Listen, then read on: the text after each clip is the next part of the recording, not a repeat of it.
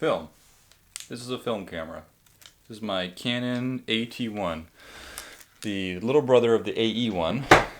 But aside from the fact, that's what I use to shoot film and what I've been using to shoot film for a while now, and I can say without a doubt that I absolutely love it. I'm having so much fun. I wouldn't say it's way better than digital, but it really puts things in perspective if you've been doing photography for any length of time. And it just gives you kind of the best feeling in the world, especially when they're being developed and they come out and it just has that retro look and that kind of ambiguity of what they're really going to look like in the end. It's just this awesome feeling. I have to say that off the bat. So there's three things that I considered before going into film, and just to really chisel it down, it really comes down to budget, how much you know about photography, and what level of photography that you're at, or how long you've been doing it, essentially, because those are two different things. If you know all the basics of photography, like composition, exposure, aperture, you know how to get the picture that you want from the settings that you need, you are halfway there, because that is what film photography is. You are looking for those compositions, you're looking for those moments, and if you have the basics down, if you know what aperture to choose so you get everything in focus, and you know what shutter speed to grab when a car is coming by so it's not blurry or so that it is blurry, then you have half the equation there, because you need the basics so that you can capture that moment as best as you can, because you can't put sharpening on it, you can't retouch it in any sort of way. I mean, you can with certain scans and like higher res scans, whatnot, but aside from the fact, just talking about JPEGs, what you shoot is what you get. If you're more of a beginner photographer and you don't really have the biggest budget right now, you have one camera, one lens, I don't think you necessarily want to be investing in another camera and another lens and possibly even another lens, because you need a zoom, or you want two primes or something for your film camera, because then you also have to invest in the film and the developing. So it is a costly process, and that's something you want to take into account. You really want to know that you're doing the right thing and that you have everything down, so it's not a waste of money, it's not a waste of time, because it is tough. Most of my film, when I first started off, I'll show some at the end of this video or at some point, and not a lot of it is great. I have light leaks on my film. A lot of it is distorted. It's too bright, it's too dark. And that's what happens. And sometimes you create really cool stuff from that, but other times you go, oh man, this was such a waste of film. This might have been one or two rolls, which is like over $20 at most places, that you went, damn, like I really want that back. I wish I could do it again, because you're so used to being able to go back. So you have to really get into that mindset and know that the money that you're putting forward and committing to is a commitment. It's a big commitment. Okay, so I think I may have lost half of you in that first part of the video, because I may have scared you off or offended you in some sort of way, and you're out of here. But for those of you that think I have some semblance of truth, thanks for staying around. But after you realize that you have the stuff and you know your rules of photography and you have your style down and you really feel good and confident about your skills, then you have to move on to the gear portion, which is the cameras and the lenses and whatnot and everything else that goes with it, the film, for God's sake. So that's a fun part, and we'll get into that right now.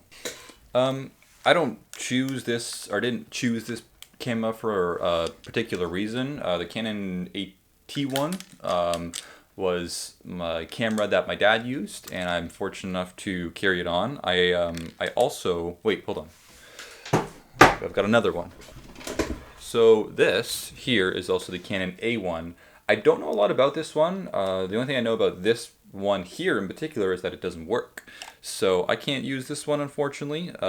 It looks pretty cool. I have to do some research into which one's better, but honestly, the AT1 has been holding up well, so I'm perfectly okay with that. So yeah, and I've got another couple of lenses up there. It's like a 200mm one, another 50. I typically use a 28mm because I like the wide focal length I get with it and the scenes I can capture. But yeah, I've got a couple other ones, so yeah, and a 50 on here too. I've got two 50s. I don't know why. They're my dad's. So I'm not very well versed in the world of film cameras and gear out there. I've just been more looking at the film stocks themselves and like the colors they produce and that aspect of it. But I just did a bit of quick research. And if you're looking for a kind of other alternatives, you're not much of a Canon fan, or you don't really like what you see here, there is the Canon AE1, which is one of the most popular film cameras that you can look into, and it's great. Frankly, I'd love to get it, but I just can't justify buying it right now because I don't really need to. But what I found here is that there is also the Pentax K1000, the Olympus OM-1, again an AE1 as I mentioned again. Minolta, Minolta, is another great film camera brand. I actually have one of those. I don't know exactly what it is. Haven't used it yet, but it looks pretty cool. The Minolta SR-T101. And they have the Nikon F3 and the Nikon F2. And that just comes from a quick Google search, so you can do that yourself. But I want to dive a bit more into the different types of film themselves, which I think you might be more interested in. That says, not sure. I don't know what's in this one. I try to mark my film canisters, or whatever these are, saying what I shot with it, but I have a bad memory and I forget. So, this is film. Well, not this exactly, but hold on. Oh my god! Oh, this right here is film. This is actually disposable film. Well, from a disposable camera. There's no such thing as disposable film. I don't know where I'm going with this. Anyways, this is film. There's many different types of film. I tend to personally go with Kodak for the most part right now, because that is, I think, the best beginner type film, because you get a pretty good look with them, and the colors are what most people consider like a film look that a lot of people try to achieve these days online with Lightroom presets and whatnot. But the ones I recommend personally going with, and that I start off with, and I think everyone else will know, and you've probably heard of it by now, it's the Kodak Ultramax 400, or yeah, Ultramax 400, 400 being the ISO, and the Kodak Portra 400. And those will give you kind of like that look you're looking for, really cool look. And it can kind of be applied to a wide variety of subjects, landscapes, people, food, whatever you want to do. But that's what I recommend going with first. Right, I noticed my composition was off for a bit. I think most of my head was cut off for this. I don't really care. I have a big forehead, so I could use less of it anyways.